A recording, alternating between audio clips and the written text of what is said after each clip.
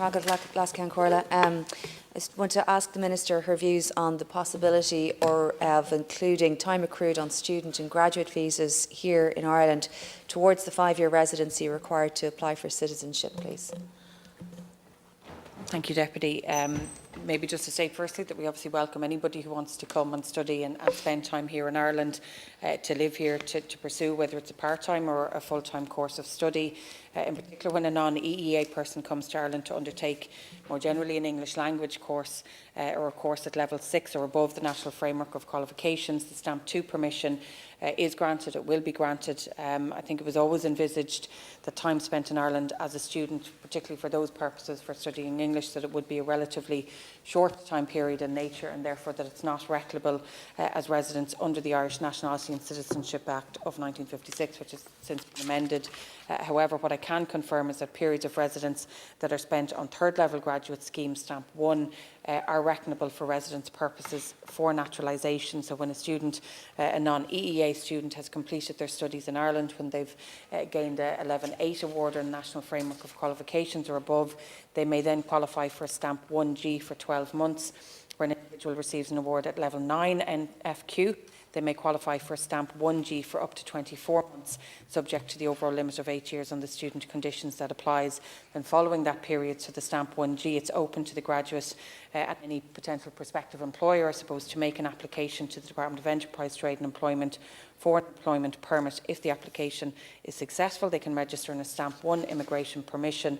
Therefore, anybody who's been legally resident in Ireland for the minimum of 60 months or 5 years, they can make an application then for the long-term residency or naturalisation, subject to meeting the relevant criteria in that. So, for permission to renewed, students must prove that they are progressing in their course, for example, and passing exams. So, for those who are here studying English, who are, I suppose, here on courses who are at a certain level, it's not going to be applicable.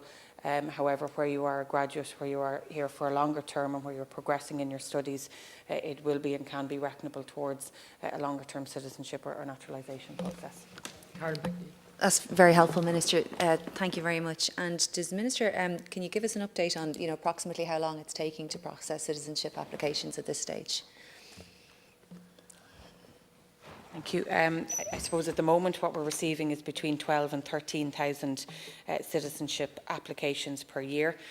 We did have obviously challenges through COVID-19, specifically where the in-person citizenship ceremonies couldn't happen, to try and respond to that. We've made a number of different changes and amendments to, firstly, the process itself, to try and speed it up and to make it easier for people to apply and to go through the system, but also we started an online citizenship ceremony, which I think was a new and novel way to give people their citizenship. Thankfully, with COVID-19 still here, but in a different sense, we've been able to have the in-person ceremonies again. In terms of the overall time frame, it has gone, I think, to about just over 12 months, where obviously it had been much higher before that. Some cases may be longer, depending on obviously challenges that may arise or not. But what I can say is that the time frame is reducing. I suppose even with the 12 to 13,000 applications per year, obviously we want to get it down to as short a time frame